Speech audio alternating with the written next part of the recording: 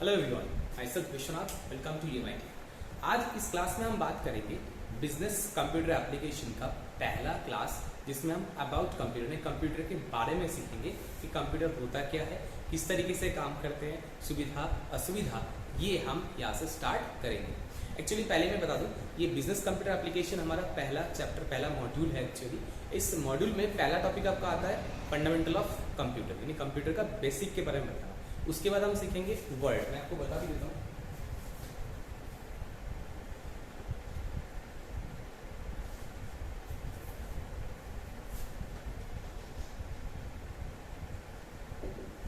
Fundamental of computer, इसके बाद आएगा MS वर्ड, इसके बाद आएगा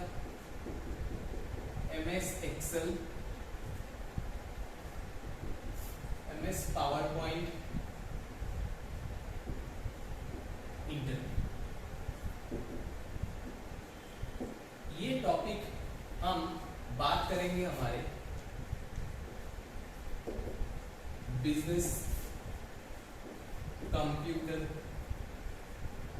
एप्लीकेशन के क्लास में, यानी जो कंप्यूटर बेसिक है वो हमारा ये टॉपिक है जो हमें इस क्लास के अंदर कवर करना होगा।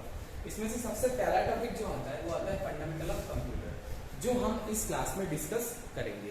उसके बाद Word, Excel, PowerPoint, internet हम बात करेंगे। ओके, तो चले आगे बढ़ते हैं। सबसे पहले हमारा फंडामेंटल ऑफ अकाउंट्स का आज बेसिक टॉपिक, जिसमें हम कंप्यूटर के बारे में जानेंगे, कंप्यूटर होता क्या है, किस तरीके से काम करते हैं, ये सारा चीज आज हम इस क्लास में देखेंगे। तो चलिए स्टार्ट करते हैं।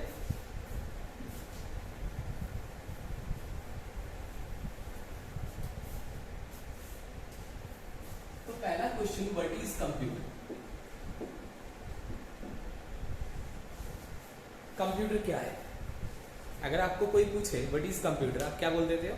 गणक यंत्र, है ना, हिंदी में बोलते हो, है ना, ऐसे नहीं। अगर कोई सिंगल सेंटेंस में बोले तो आप ऐसे बताइए, computer is an electronic device. क्या लिखा मैंने? Electronic device which can compute. Computer एक इलेक्ट्रॉनिक यंत्र है जो गिनती या गणना कर सकता है। ये हो गया हमारा कंप्यूटर का एक सिंगल लाइन में डेफिनेशन। बट अगर कोई बोले नहीं, ऐसे मुझे समझ में नहीं आया, मुझे तो डिस्क्राइब करके बताओ कंप्यूटर क्या है, तो क्या बोलेंगे? इसी में ही हमें जोड़ना है। इसके आगे हम जोड़ेंगे विच टेक्स डाटा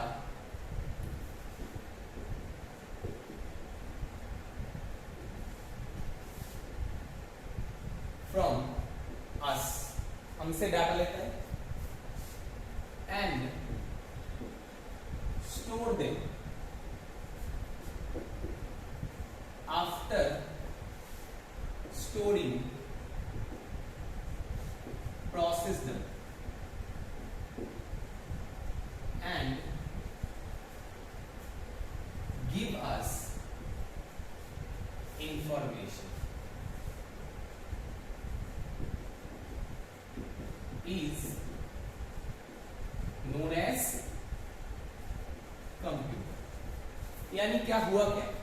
एक कंप्यूटर एक इलेक्ट्रॉनिक डिवाइस है जो हमसे डाटा लिया, डाटा लेने के बाद उसको स्टोर किया, स्टोर करने के बाद उसी को प्रोसेस किया। क्या किया?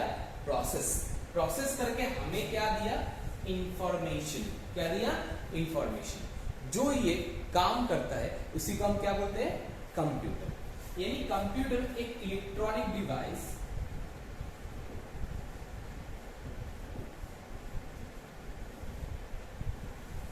जो हमसे डाटा लिया, डाटा लेने के बाद उसी को स्टोर किया, स्टोर करने के बाद उसी को प्रोसेस किया, प्रोसेस करके हमें क्या दिया? इंफॉर्मेशन दिया। जो ये काम करता है उसी को हम क्या बोलते हैं? कंप्यूटर। तो व्हाट इज डाटा? डाटा किसको बोलते हैं? हम कोई भी इनपुट डिवाइस के द्वारा सिस्टम को हम जो भी खिलाएंगे, यानी सिस्टम को जो भी देंगे वही डाटा बोल के काउंट होगा। यानी रॉ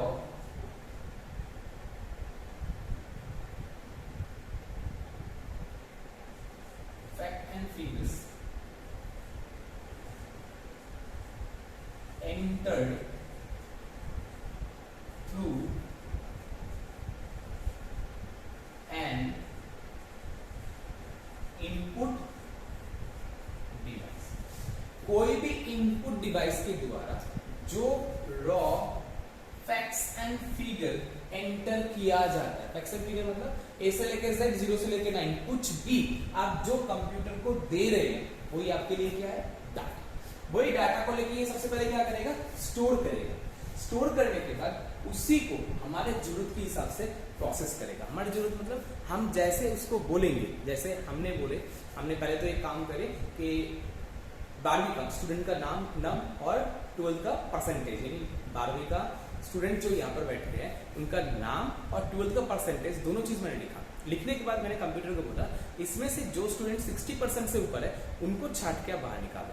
तो जो 60% से ऊपर वाले स्टूडेंट उनको छाट के जब बाहर निकाल देगा तो वो क्या बन जाएगा, वो बन जाएगा इंफॉर्मेशन।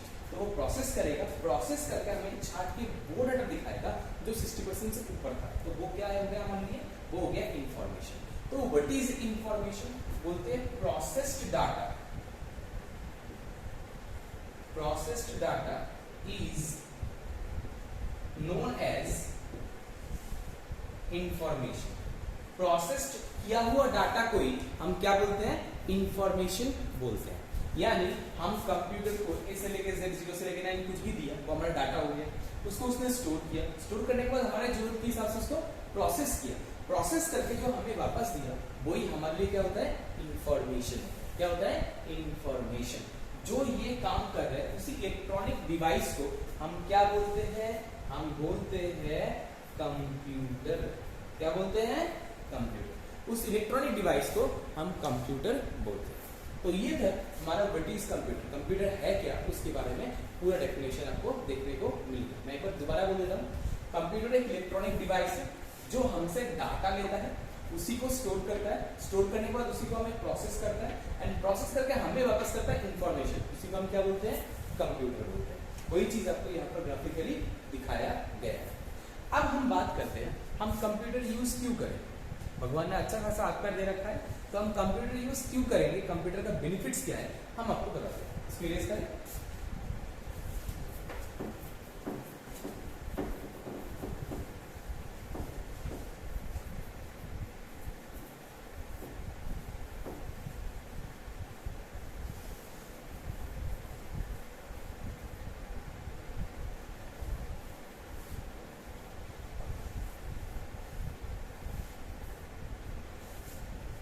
बेनिफिट्स ऑफ कंप्यूटर लेके हम बात करें।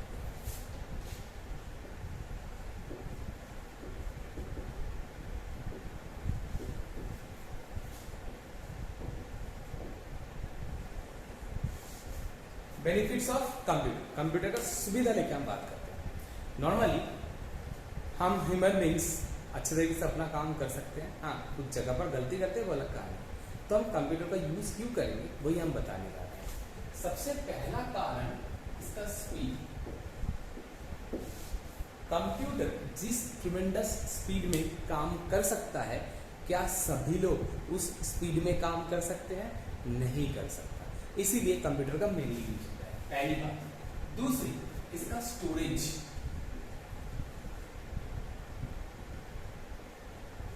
स्टोरेज मतलब ये अपने अंदर इतना डाटा स्टोर कर सकता है जो हम सोच भी नहीं सकते। साधारण इंसान तो सोच भी नहीं सकता। सुबह खाते हैं, शाम को भूल जाते हैं। और इसके अंदर तुम जितना चाहो उतने डाटा, मूवी जो चाहो सब स्टोर करके रख सकते हो। तो इसका ये दूसरा प्लस पॉइंट है। तीसरी बात, एक्यूरेसी। इतना काम करते हैं फिर भी वो 100% एक्यूरेट होता है। इसके रिजल्ट में कहीं कोई गलती नहीं होता। हम ह्यूमन बींग्स अगर दो संख्या का 2 डिजिट को मल्टीप्लाई करते हैं तो 2 बार करके गिनने के बाद भी कुछ ना कुछ गड़बड़ी रह जाता है। ये कंप्यूटर 10 डिजिट का 2 संख्या को मल्टीप्लाई करने के लिए फ्यू नैनो सेकेंड्स लेता है। नैनो सेकेंड्स मतलब 1 सेकेंड को 10 लाख से डिवाइड करेंगे जितना होगा उससे भी कम समय में ये उसको करके दिखा देता है। क्यों? क्योंकि ये 100% एक्यूरेट और इसका स्पीड दोनों चीज की वजह से एक्यूरेट रिजल्ट और तुरंत आपको देने का काम करता है। तो एक्यूरेसी हो गया। चौथी बात, नो टायर्डनेस, कोई थकान नहीं है। इतना काम करने के बावजूद भी इसके अंदर कोई भी तरीके का थकान नहीं है। हम 2 घंटा काम करेंगे, 3 घंटा काम करेंगे, उसके बाद चाय पीनी, पानी ये सब मांगना शुरू स्टार्ट होता है। कभी देखो कंप्यूटर से हाथ पैर निकलता है, चाय पिलाओ, पानी पिलाओ, दूध पिलाओ, है ऐसा बिल्कुल भी नहीं होता। क्यों? क्योंकि वो एक मशीन है, वो ना थके ना रुके कंटिन्यूअस काम कर सकता है, बट ह्यूमन बींग्स नहीं कर सकता। इसी कारण की वजह से मेनली आज हर एक जगह पर जहाँ पर ह्यूमन वर्क्स होता था वहां पर उसकी जगह मशीन ने ले लिया है कि नहीं। अब दूसरी बात, ये तो हो गया सुविधा। क्या हर चीज में जैसे एक असुविधा या लिमिटेशन होता है, तो क्या कंप्यूटर का भी कुछ लिमिटेशन है? बिल्कुल है।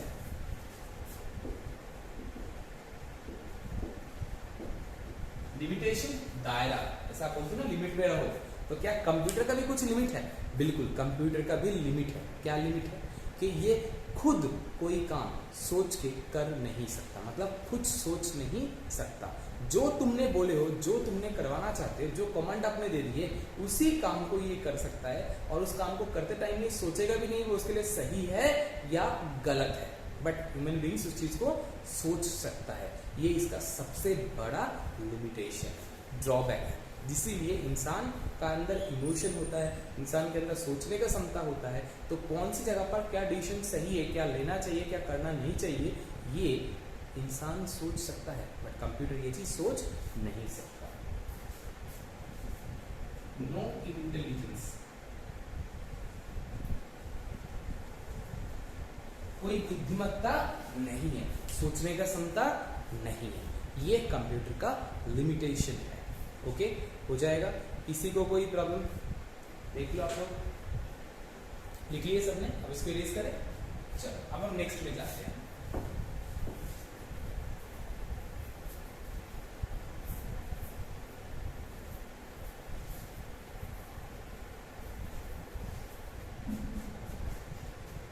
अब हम नेक्स्ट बात करते हैं कि कंप्यूटर का हमने क्या क्या देख लिए, व्हाट इज कंप्यूटर हमने देख लिए, कंप्यूटर का सुविधा भी देख लिए, कंप्यूटर का लिमिटेशन भी हमने देख लिए।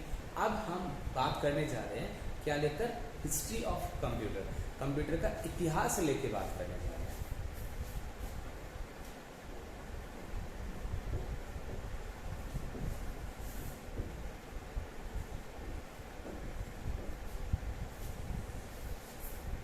एक्चुअली आज से 5000 साल पहले, 5000 साल पहले चाइना ने एक मैनुअल कंप्यूटिंग डिवाइस, गिनती करने के लिए एक मैनुअल कंप्यूटिंग डिवाइस का आविष्कार किए थे, जिसका नाम था एबक्स, जो आजकल छोटे स्कूलों में बच्चों को काउंटिंग सिखाने के लिए यूज होता है। वो था दुनिया का पहला मैनुअल कंप्यूटिंग डिवाइस। उसके बाद भी बहुत सारे मैनुअल कंप्यूटिंग डिवाइस बना, बट हम लोग स्टार्ट करेंगे ऑटोमेटिक जनरेशन से, जहां से ऑटोमेटिक कंप्यूटर का बनना स्टार्ट हुआ था। ओके,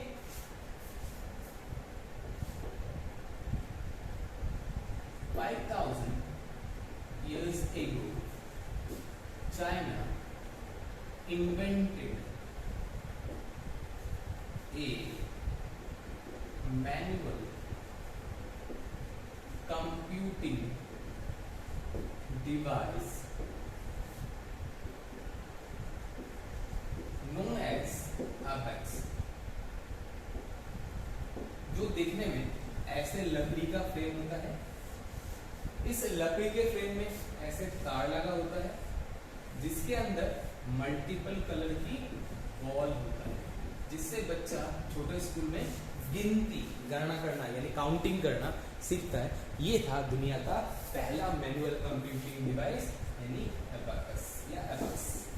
ठीक है, इसके बाद प्रैक्टिकल, मतलब अगर हम बात करें तो ये तो मैनुअल था, इसके बाद से आपका स्टार्ट हो गया ऑटोमेटिक। ऑटोमेटिक का मतलब है जहाँ पर कंप्यूटर अपना काम ऑटोमेटिक करके आपको गिनती करके दिखा सकता है। ये तो आप मैनुअली खुद करेंगे। इसके बाद भी और भी बहुत सारे मैनुअल कंप्यूटर था, बट हम लोग उसको लेके बात नहीं करेंगे। हम जाएंगे किसको लेके, सीधा ऑटोमेटिक जनरेशन को लेके। ओके, इरेज कर दे, सब एक बार लिख लो।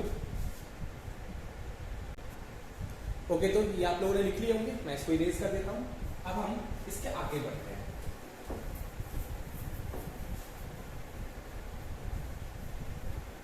ये तो था मैनुअल जनरेशन, यानी मैनुअल कंप्यूटर की बात। अब हम आते हैं automatic computer. In the year 1854, 1854 में फर्स्ट टाइम चार्ल्स बैबेज नाम के कैम्ब्रिज यूनिवर्सिटी के एक मैथमेटिशियन, उन्होंने फर्स्ट टाइम आज का जो कंप्यूटर आप लोग देख पा रहे हैं इसका एक मॉडल तैयार किया, prepared A model of modern computer. एक मॉडल तैयार किए थे आज के कंप्यूटर जैसा। उस टाइम उस कंप्यूटर को बनाना पॉसिबल नहीं था, क्योंकि उसको बनाने के लिए जो कंपोनेंट चाहिए था वो उस टाइम अवेलेबल नहीं था। बट फिर भी उन्होंने आज के कंप्यूटर को एक दिशा निर्देश किए थे। इसी कारण से मिस्टर बैबेज को फादर ऑफ मॉडर्न कंप्यूटर के नाम से जाना, यानी मॉडर्न कंप्यूटर का जनक के रूप में ये जाने जाते हैं। क्यों? क्योंकि उन्होंने एक दिशा दिया था कि फ्यूचर का कंप्यूटर देखने में ऐसा होगा, इसीलिए इनको फादर ऑफ मॉडर्न कंप्यूटर कहा जाता है। ओके, इसके बाद 1854 से ही कोशिश चल रहा था कंप्यूटर बनाने का कि ऑटोमेटिक कंप्यूटर बन सके, और ये 1940s में जाके पहली बार सफल हो पाया।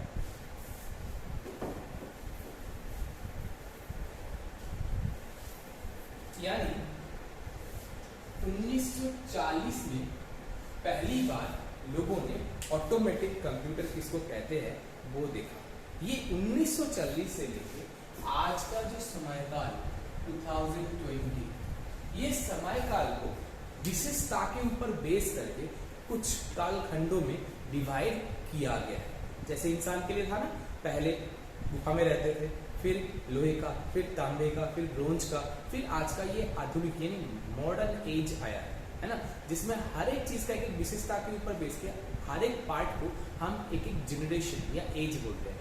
यहाँ पर भी सेम उस जमाने का कंप्यूटर और आज के कंप्यूटर, आज जो कंप्यूटर है वो इतना छोटा है कि एक मक्खी भी बियर करके उसको ले जा सकता है, ठीक है ना, इतना छोटा बन चुका है। तो ये जो इतना चेंज हुआ, ये चेंज कुछ विशेषता के ऊपर बेस करके इस चेंज को हम कुछ पार्ट में डिवाइड करते हैं, कालखंड में डिवाइड करते हैं, पीरियड्स में डिवाइड करते हैं, जिनको हम बोलते हैं जनरेशन ऑफ कंप्यूटर। क्या बोलते हैं? जनरेशन। ये 1940 से लेकर 2020 तक इस कालखंड को हम 5 खंड में डिवाइड करते हैं। ये इनको हम बोलते हैं जनरेशन ऑफ कंप्यूटर, यानी कंप्यूटर का जनरेशन, कंप्यूटर का जनरेशन, जिसमें हम सबसे पहला जो बात करने जा रहे हैं वो है फर्स्ट जनरेशन ऑफ कंप्यूटर, जो हमारा 1940 से 1956 तक समय काल में, इस जनरेशन में जो भी कंप्यूटर आविष्कार हुआ था उसमें एक पर्टिकुलर खासियत था। क्या? इसमें ऐसे देखने में वैक्यूम ट्यूब यूज करके कंप्यूटर बनाया गया था। इसको हम बोलते हैं वैक्यूम ट्यूब। ये वैक्यूम ट्यूब यूज करके उस टाइम कंप्यूटर बनाया गया था। इसको बल्ब भी बोलते हैं, बल्ब या वैक्यूम ट्यूब। इसका काम क्या था? इस जनरेशन में जो कंप्यूटर आविष्कार हुआ था, इसमें काम क्या होता है जो आज का छोटा पॉकेट कैलकुलेटर भी कर सकता है। क्या? प्लस माइनस मल्टीप्लाई डिवाइड, बस इससे ज्यादा कुछ नहीं। आज के ऐसा नहीं है कि गाना सुनने के लिए तुम उस कंप्यूटर को यूज कर सकते हो, वो तो बहुत बात की बात है कि नहीं? तो इस जनरेशन में ना आप गाना सुन सकते थे, ना आप आज के जैसा अकाउंटिंग कर सकते थे। Sir plus minus multiply divide इतने के लिए ही हो सकता था, और वो भी बहुत ही डिफरेंट मैटर। कैसा डिफरेंट? सबसे पहली बात ये कंप्यूटर का साइज था एक 10 फीट बाई 10 फीट रूम से भी बड़ा, मतलब एक जगह से उसे अगर ले जाना पड़े तो बकायदा क्रेन बुलाना पड़े, और उस टाइम तो क्रेन भी नहीं था, है कि नहीं? तो दिक्कत था। पहली बात तो ये है। दूसरी बात, इसके अंदर जो भी डाटा हम देते थे वो बाइनरी फॉर्म में दिया था, यानी मशीन लैंग्वेज, बाइनरी फॉर्म में, बाइनरी यानी 0 एंड 1 में, और वो भी इसको मशीन लैंग्वेज बोलते थे, लो लेवल लैंग्वेज। 0-1 से ही इसको इनपुट दिया जाता था, मतलब जैसे आप 10 + 20 को जोड़ना चाहते हो तो आप ऐसे नहीं लिख सकते 10 + 20, ऐसे नहीं लिख सकते। 10 को पहले बाइनरी फॉर्म में कन्वर्ट करना पड़ेगा, 20 को पहले बाइनरी फॉर्म में कन्वर्ट करना पड़ेगा, फिर उनको देना पड़ेगा, फिर जो आउटपुट आएगा वो बाइनरी फॉर्म में रहेगा, फिर उसको कन्वर्ट करो पहले किसमें, डेसिमल फॉर्म में, फिर आप समझ पाओगे कि उसने रिपोर्ट क्या दिया है। समझे? इस तरीके से काम चलता है। तो मतलब ये है कि ये मशीन लैंग्वेज में उस टाइम काम होता था। ठीक है। तीसरी बात ये है कि ये अपने अंदर कोई इनबिल्ट डाटा स्टोर नहीं कर सकता, यानी नो स्टोरेज ऑफ डाटा, कोई डाटा का स्टोरेज नहीं होता। डाटा देने के लिए या आउटपुट लेने के लिए उस टाइम पंच कार्ड का सहारा लिया जाता था। पंच कार्ड क्या होता है? आजकल शादी ब्याह में एक तरीके का कार्ड यूज होता है, जिसमें देखना कार्ड के ऊपर अगर आप हाथ फेरते हो तो आपको लगता है गणेश जी फिजिकली महसूस हो रहा है। क्यों? कार्ड के ऊपर डाइस से गणेश जी का चेहरा बनाया जाता है, और वो दबा के बनाते हैं, इसलिए उनका फिजिकली फेस को महसूस किया जा सकता है। ऐसे ही उस टाइम डाइस के द्वारा कार्ड के ऊपर पंच करके डाटा को स्टोर, यानी डाटा इनपुट देने के लिए या आउटपुट लेने के लिए यूज किया जाता था। समझे कि नहीं? तो ये सबसे बड़ा प्रॉब्लम था। इसके बाद और भी प्रॉब्लम था। क्या?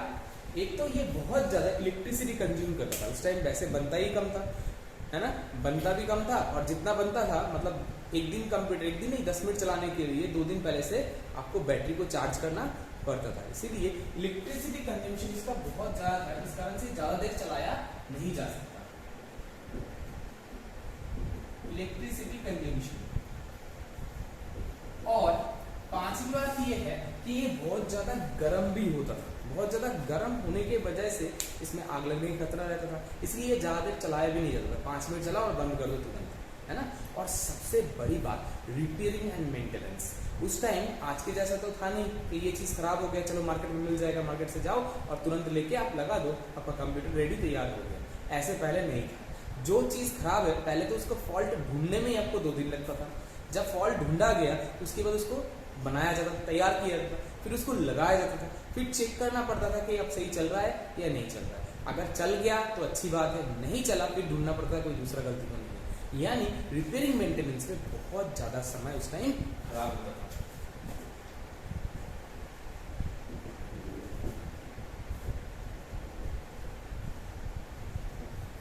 ठीक है। तो ये था हमारा फर्स्ट जनरेशन ऑफ कंप्यूटर। तो लोगों ने देखा इतने सारे असुविधा है, इसीलिए थोड़ा इम्प्लीमेंटेशन की तरफ गए, अपग्रेड की तरफ गए। जब अपग्रेड की तरफ गए तो आया सेकेंड जनरेशन। क्या आया? Second generation. तो फर्स्ट जनरेशन में आपने क्या देखे? Vacuum tube. क्या देखे? Vacuum tube. ये यूज किया गया था आपके फर्स्ट जनरेशन में। अब हम आते हैं सेकेंड जनरेशन।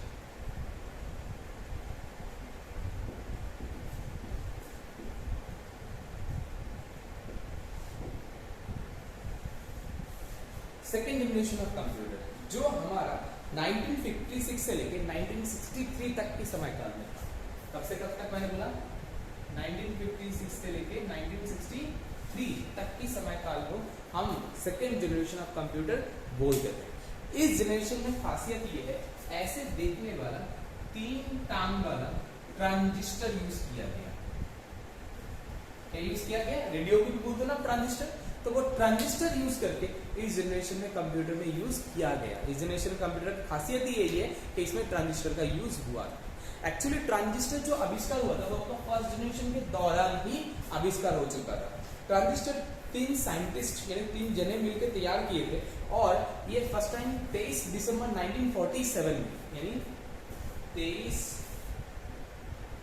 दिसंबर 1947 में ये आविष्कार हो चुका था। फर्स्ट जनरेशन के दौरान इसका आविष्कार हो चुका था, बट उस दौरान उस टाइम कंप्यूटर में यूज नहीं किया गया। बाद में जब देखा गया कि कंप्यूटर में यूज हो सकता है, सेकेंड जनरेशन में फर्स्ट टाइम इसका कंप्यूटर में यूज किया गया और फायदा भी मिला। क्या फायदा मिला?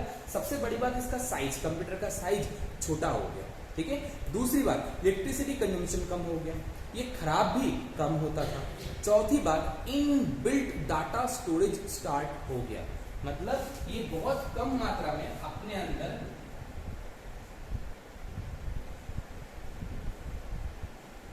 डाटा स्टोर कर सकता है, बट कर तो सकता था, इस जनरेशन में था ही नहीं, इसीलिए ये इन बिल्ट डाटा स्टोर करना स्टार्ट कर दिया। बहुत ही कम मात्रा में होता तो था, पहले जनरेशन में तो वो भी नहीं था, है ना।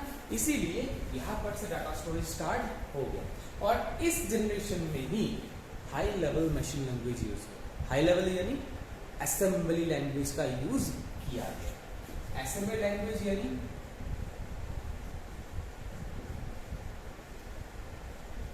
ये भी मशीन लैंग्वेज है, बट इसको हाई लेवल मशीन लैंग्वेज, यानी जहां पर 0 1 तो है ही, साथ साथ में सम करने के लिए सम, सब्सट्रैक्ट करने के लिए सब्सट्रैक्ट, इस तरीके का वर्डिंग का भी यूज इस जनरेशन में शुरू हो।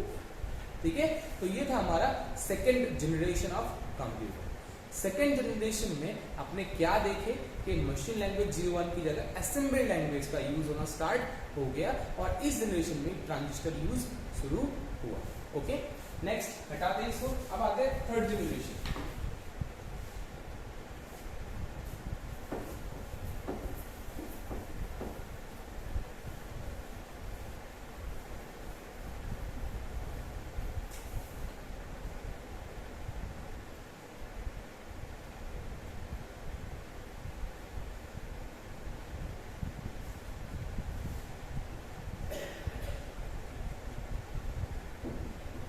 सेकेंड जनरेशन ऑफ कंप्यूटर में हमने क्या देखे, 1956 से 63 तक, इसमें मैंने बताया 3 टांग वाले ट्रांजिस्टर यूज किया गया, ठीक है। इसके बाद आया हमारा थर्ड जनरेशन।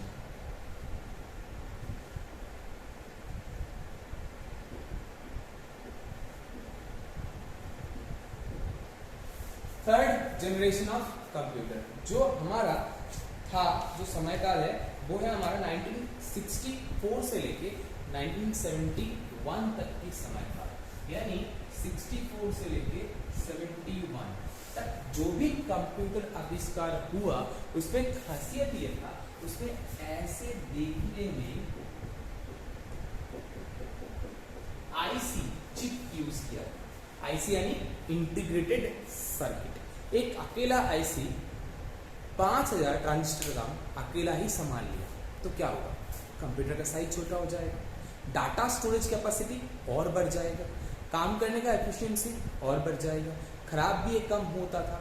इसी कारण से इस जनरेशन में आईसी का यूज हुआ, और आईसी यूज होने से बहुत सारी सुविधा तो मिला ही मिला, साथ ही साथ सबसे बड़ा फायदा इस जनरेशन में और भी बहुत सारा था। क्या था, इसी जनरेशन से फर्स्ट टाइम कंप्यूटर के साथ इंसान का इंटरेक्ट करने के लिए हाई लेवल मशीन लैंग्वेज का, है ना, यूज किया गया। अच्छा, एक बात और मैं बताना भूल गया, सेकेंड जनरेशन में कोवलन फॉर्टन नाम का बिजनेस लैंग्वेज यूज होता था, ठीक है ना। और थर्ड जनरेशन से आपका हाई लेवल लैंग्वेज का यूज स्टार्ट हो गया, और इसी कारण से कंप्यूटर को इनपुट देने के लिए 01 के अलावा भी यहाँ पर कीबोर्ड का यूज किया गया।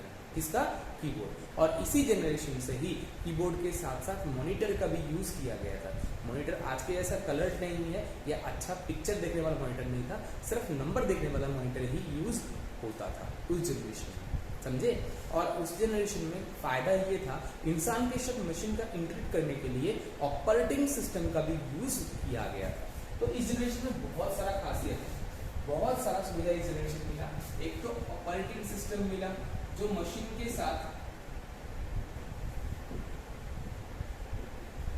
सिस्टम का एक मेल बना के चल रहा था, यानी मशीन के लैंग्वेज को इंसान के लैंग्वेज में, इंसान के लैंग्वेज को मशीन के लैंग्वेज में कन्वर्जन का काम इस जनरेशन से स्टार्ट हो गया। साथ ही साथ इसी जनरेशन से कीबोर्ड का एंड मॉनिटर का यूज होना शुरू हो गया।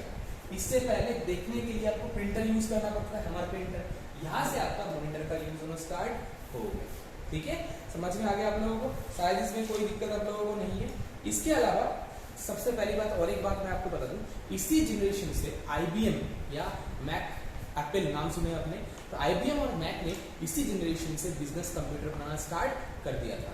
1981 में फर्स्ट टाइम IBM ने अपना बिजनेस कंप्यूटर बनाया था और 1984 में आपका एप्पल यानी मैक ऑपरेटिंग सिस्टम के साथ अपना कंप्यूटर मार्केट में लॉन्च इसी जनरेशन से किया था।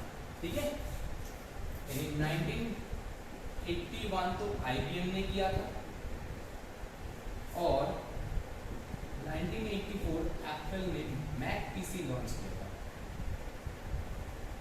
इसी जनरेशन। तो ये था हमारा third generation of computer.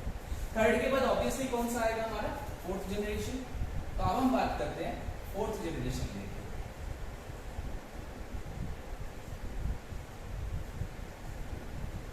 Fourth generation में क्या हुआ, आईसी को चेंज कर दिया गया। किसके साथ, एक प्रोसेसर के साथ। ऐसे चौकोर देख लीजिए, एक चिप इसमें 150 से लेकर 450 तक पिन होता है। एक जमाना में ये गोल्ड का पिन होता, आजकल गोल्ड प्लेटेड, अब तो पिन लेस प्रोसेसर आना स्टार्ट हो गया। अकेला ये प्रोसेसर इसके साथ 5000 ऐसे काम खुद अकेला ही संभाल लिया। तो क्या होगा, कंप्यूटर का साइज और छोटा हो गया। यहां से स्टार्ट हुआ LSI टेक्नोलॉजी का। LSI यानी लार्ज स्केल इंटीग्रेटर।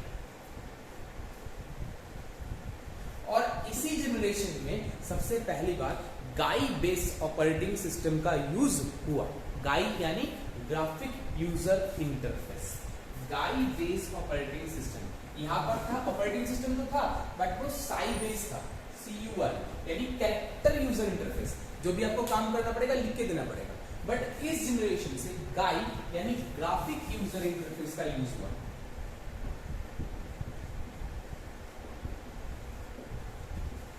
और जानते हैं इसी जनरेशन में फर्स्ट टाइम कीबोर्ड तो आपने पहले देख ली, मॉनिटर भी आपने पहले देख ली, है कि नहीं। और इसी जनरेशन से फर्स्ट टाइम माउस यानी हैंड होल्ड डिवाइस, जिसके द्वारा पॉइंटिंग कर सकते हैं कि आप इसको बताना चाहते हो, है कि नहीं। ये पॉइंटिंग करने वाला जो डिवाइस है, ये हैंड होल्ड डिवाइस माउस इसी जनरेशन में आविष्कार हुआ था।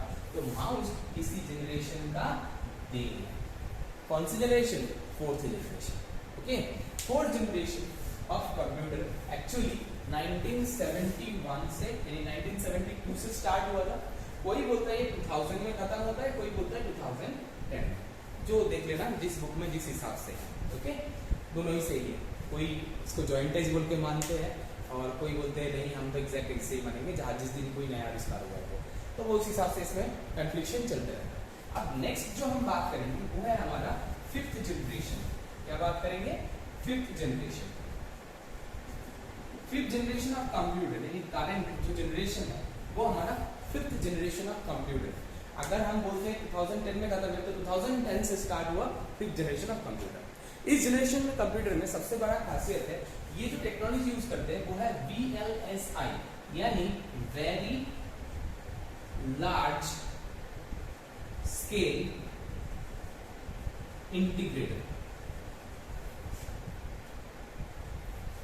वेरी लार्ज स्केल इंटीग्रेशन का काम करते हैं। इसीलिए कंप्यूटर का साइज तो दिन के दिन छोटा हो ही रहा है, साथ में कंप्यूटर के अंदर आर्टिफिशियल इंटेलिजेंस भी आ रहा है। आर्टिफिशियल इंटेलिजेंस मतलब वो आपके साथ रहेगा तो आपके जैसा बोलना, आपके जैसा चलना, आपके जैसा करना भी सीख जाएगा। यानी आपके अंदर जो इंटेलिजेंस है वो गॉड गिफ्टेड है, भगवान का दिया हुआ है। इसके अंदर जो इंटेलिजेंस है वो हमारा दे यानी हमने दे रखा है, यानी आर्टिफिशियल इंटेलिजेंस कैपेसिटी।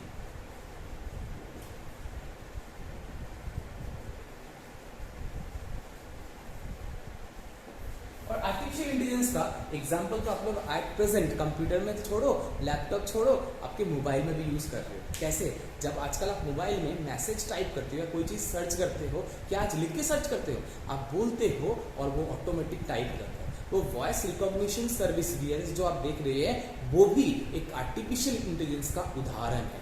और आज के टाइम में तो ये है, आप अपने स्थानीय जो भी लैंग्वेज है, हिंदी, बांग्ला, इंग्लिश, अंग्रेजी, जो भी आपको चाहिए उस लैंग्वेज में आप उसको सर्च कर सकते हो, टाइप कर सकते हो। ये फैसिलिटी जो है वो है आर्टिफिशियल इंटेलिजेंस का फैसिलिटी। एक टाइम ऐसा होगा कि आर्टिफिशियल इंटेलिजेंस की वजह से आपकी जगह पर, इंसान की जगह पर सभी सेक्टर में कंप्यूटर का ही यूज़ किया जाएगा। आजकल आप जानते भी हो, जो आप बैंक में पहले पैसा जमा करने जाते थे, आजकल बैंक में पैसा जमा करने जब आप जाते हो तो मशीन में आप जमा कराते हो। क्यों?